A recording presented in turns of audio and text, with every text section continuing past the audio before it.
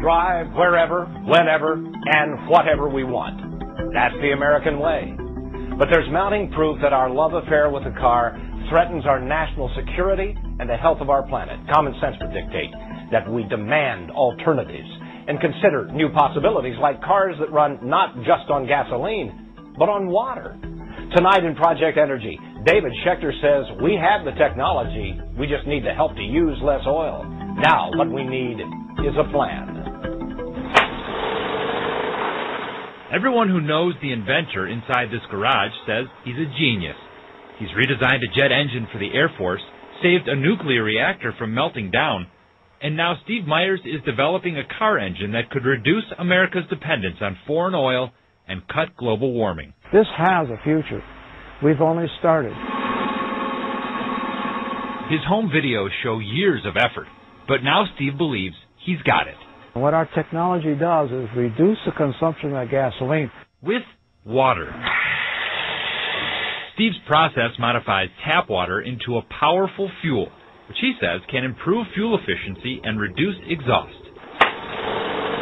It's environmentally the right choice.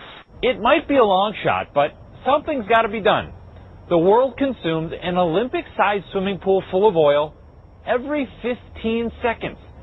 That's nearly 250 times in an hour. And most of it is used for transportation. America represents 4% of the world's population, but we use about a quarter of the world's oil, much of it for driving people and products where they need to go. In this country, transportation accounts for almost 70% of all the oil we use. You win the energy war by addressing transportation. Matt Simmons leads the world's largest energy investment bank based in Houston. It's the single most important issue facing the world over the next 50 years. So what can we do about it? We've got to get deadly serious about fuel efficiency. Randy Udall spoke to Don Shelby. Udall is a leading advocate for renewable energy and efficiency based in Aspen, Colorado. He says we can improve our gas mileage by using the technology we have today. We know how to make vehicles now that get 40, 50, 60, 70, 80 miles to the gallon. They don't need to be small. They don't need to be unsafe.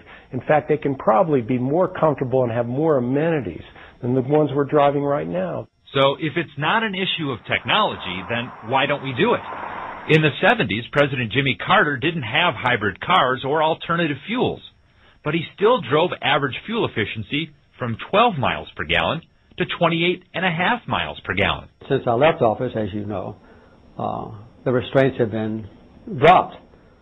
So now the average automobile efficiency, it's dropped down about like it was when I became president almost 25 years ago. It's powered by the heavy-duty 6-liter. It's dropped in part because of the SUV, a vehicle America fell in love with when gas was cheaper.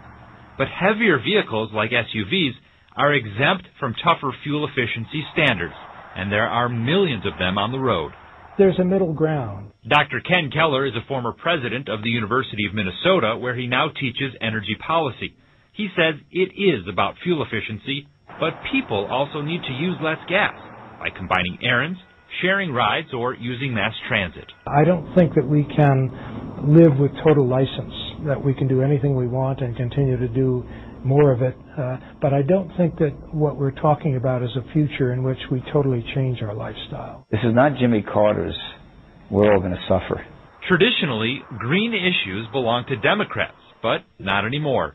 Republican Senator Norm Coleman supports tighter fuel efficiency standards and using alternative fuels like ethanol made from corn. This is a national security threat. Dependence on foreign oil threatens to undermine the security of the United States of America today and certainly in the future. Energy policy, to be effective, has to be enduring. It has to be bipartisan. You have to have Democrats and Republicans side by side promoting these policies.